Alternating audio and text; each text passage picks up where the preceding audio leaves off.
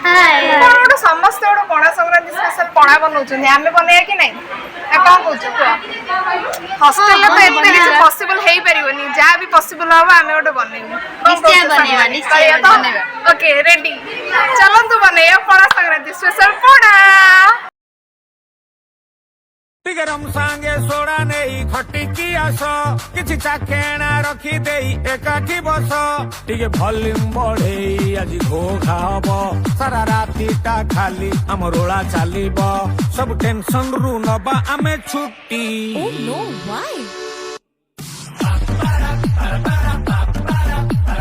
ଚାଲୁଥିବ ଆମ ପାର୍ଟି ଲୋଡ଼ା ନାହିଁ ଅନୁମତି